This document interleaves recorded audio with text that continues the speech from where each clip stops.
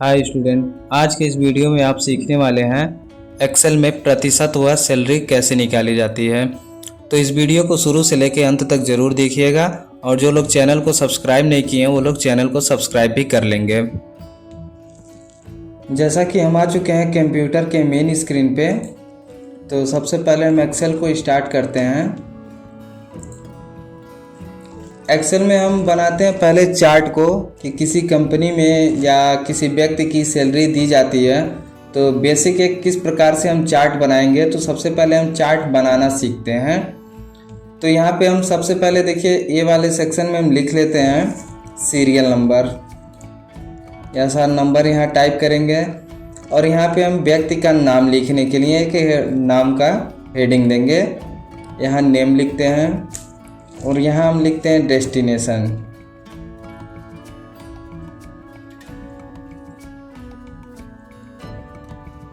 Destination न डाल करके यहाँ सीधा हम डालते हैं सैलरी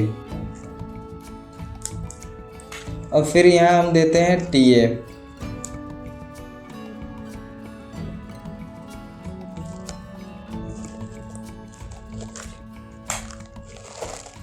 टीए बराबर 10% और देते हैं यहाँ डीए बराबर 10%, 5%। फिर यहाँ देते हैं टोटल। ठीक, अब इसको आप समझ लीजिए। सीरियल नंबर तो आपको पता है, सीरियल नंबर डालने के लिए यहाँ नेम किसी व्यक्ति, जो भी हमारे वहाँ काम करने वाले व्यक्ति हैं, जो भी एम्प्लॉई हैं, इसको एम्प्लॉई नेम आप लिख दीजिए, बेहतर पड़ेगा।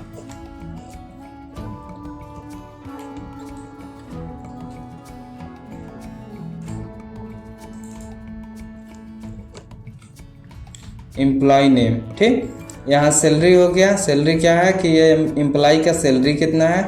टीए बराबर 10%। टीए क्या होता है? ट्रेवलिंग अलाउंसेंस, मतलब आने जाने का खर्च हम 10% दे रहे हैं एक अपने एम्प्लॉय को।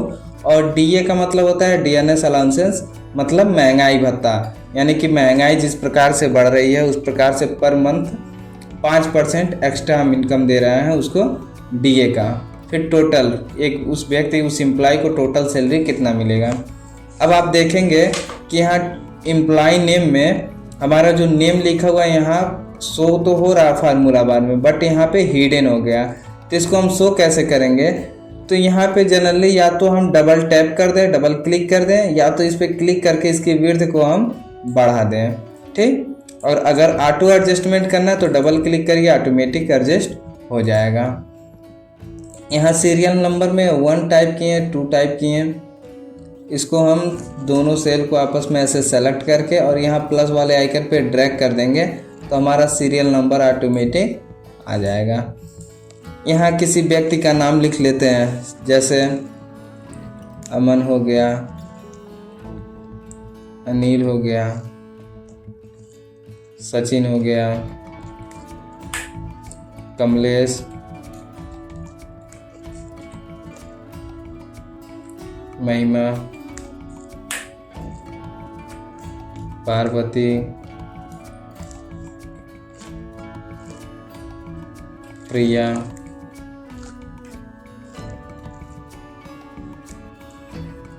और पूजा, मोहित,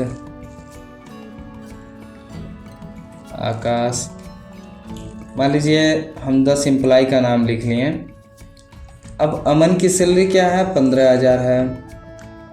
अनिल की सैलरी 14,000, सचिन की सैलरी 18,000, कमलेश की सैलरी 14,500, महिमा की सैलरी 17,560 रुपया, पार्वती की 14,250 रुपया, प्रिया की सैलरी 8560 रुपया, 7546 रुपया पूजा की सैलरी, मोहित की सैलरी 18,450 रुपया, आकाश की सैलरी 4250 रुपया। अलग अलग काम करता है, अलग अलग ग्रुप में सैलरी है इनका। इन पे टीए कितना मिलेगा, तो टीए कैसे निकाला जाएगा? तो फार्मूला इसके लिए हम लिखते हैं क्या, इक्वल ब्रैकेट लगाएंगे और हमें सैलरी निकालना। सैलरी कितना है इसका 15,000। इसकी सैलरी टेस्ट C2, किस कॉलम में C और किस रो में दूसरे, तो C2। यहाँ C2 लिखेंगे, गुणे का चिन्ह लगाएंगे। कीबोर्ड में कंप्यूटर में गुणा स्टार के रूप में दिखाता है, तो गुणा हम लिखेंगे इंटू 10%। 10% हम टाइप करेंगे, ब्रैकेट क्लोज और इंटर जैसे प्रेस करेंगे, हमारा TA निकल जाएगा। सेम इसी प्रकार से फिर से फार्मूला लगाते हैं, equal some in bracket C3। अब C3 क्यों टाइप करेंगे, क्योंकि 14,000 लिखना है, तो 14,000 के सैलरी टेस्ट क्या है, किस कॉलम में C और किस रो में तीसरे, तो इसका सैलरी टेस्ट हम C3 टाइप करेंगे। C3 into 10%, bracket close inter कर देंगे। फिर इसमें सेम इसी प्रकार से हम फार्मूला लगाएंगे, equal sum equal in bracket में 18,000 का सैलरी टेस्ट क्या है C4 into 10%, bracket close inter. यहाँ सम टाइप कर दिए थे, सम को आप हटा भी सकते हैं।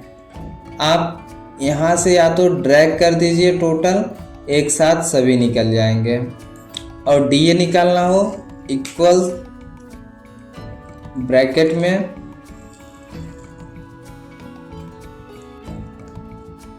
अब महंगाई भत्ता किस पे मिल रही है, हमारी सैलरी पे मिल रही है, तो सैलरी का ही सैलरी टेस्ट लिखेंगे C2 into 5%, bracket close inter. फिर इसी प्रकार से equal in bracket C2 into 5%, bracket close inter.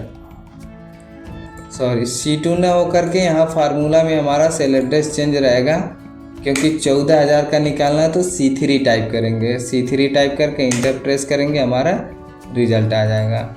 इसी प्रकार से यहाँ भी हम ड्रैग कर देंगे, सभी का रिजल्ट आ जाएगा। ठीक, अब टोटल निकालने के लिए क्या करेंगे, इक्वल सम, ब्रैकेट लगाएंगे। नंबर फर्स्ट क्या, हमारी सैलरी क्या है C2 15,000, C2 कामा, फिर उसके बाद DA का सैलरी टेस्ट लिखेंगे, TA का सैलरी टेस्ट लिखेंगे। TA कितना मिल रहा है 1500, तो इसका सैलरी टेस्ट D2 कामा।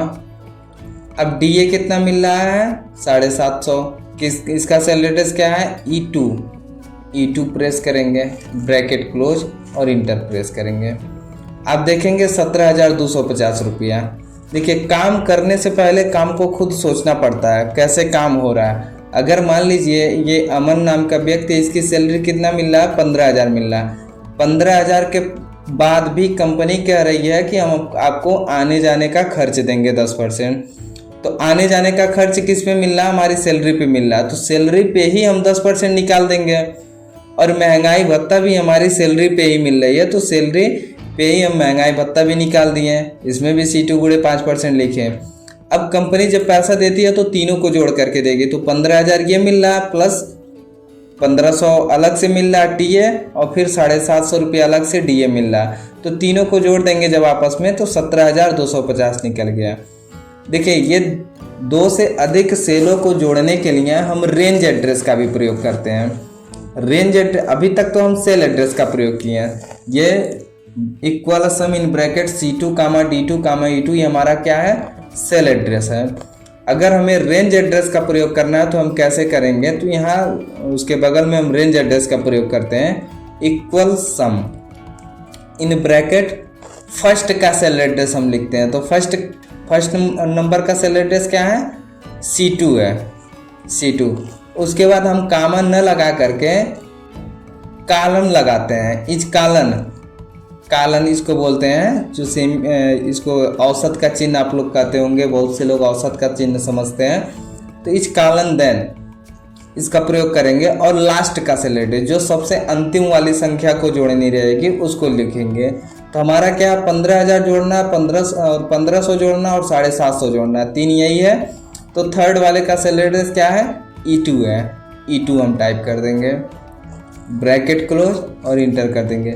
फर्स्ट वाला सेल एड्रेस और लास्ट वाला सेल एड्रेस लिखते हैं, बाकी बीच में जितने भी रहेंगे सबको सेलेक्ट कर लेगा। और इसका भी आंसर कितना आना चाहिए, 17,250 आना चाहिए। 17,250 आ गया। ठीक, इसी प्रकार से हम यहाँ से ड्रैग कर देंगे, हमारा कंप्लीट हो जाएगा। अब टेबल तो हम बना लिए, अब इसको हम क्या करते हैं, टेबल को हम सेलेक्ट करेंगे। सेलेक्ट करने के बाद यहाँ अलाइनमेंट ग्रुप में आते हैं, यहाँ से हम सेंटर कर सकते हैं। टेबल हमारा जो भी टेक्स्ट लिखा हुआ वो सेंटर में हो गया। और दूसरी चीज़ यहाँ से हम क्या करेंगे, आल बॉर्डर कर देंगे, बॉर्डर टोटल लग जाएगा हमारी सैलरी पे, टोटल चार्ट पे हमारे बॉर्डर लग चुका है। अब इसे हमें कुछ कलर में देना है, तो हम इसको सीरियल नंबर को हम कलर में भी कर सकते हैं। यहाँ से फिल करने के लिए यहाँ से हम नॉर्मल कलर भी चूज कर सकते हैं। ये हमारी हेडिंग है, हेडिंग का कलर सेम कर दिया जाता है। ठीक, यहाँ एम्प्लॉय का नेम है, नेम को किसी अलग कलर में कर देते हैं। ठीक, यहाँ सैलरी मिल रही है तो सैलरी भी अलग कलर में हो जा रही है। टीए मिल रहा है, टीए को हम अलग कलर में कर सकते हैं। यहाँ से डीए है, डीए को अलग कलर में कर सकते हैं।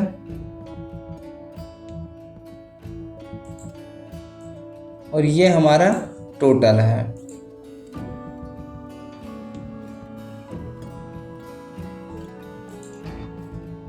और टोटल का टेक्स्ट भी हम चेंज कर देते हैं, रेड कलर में कर देते हैं और इसे बोल्ड भी कर देते हैं। ठीक, तो हमारा इस प्रकार से चार्ट बन चुका है। ठीक,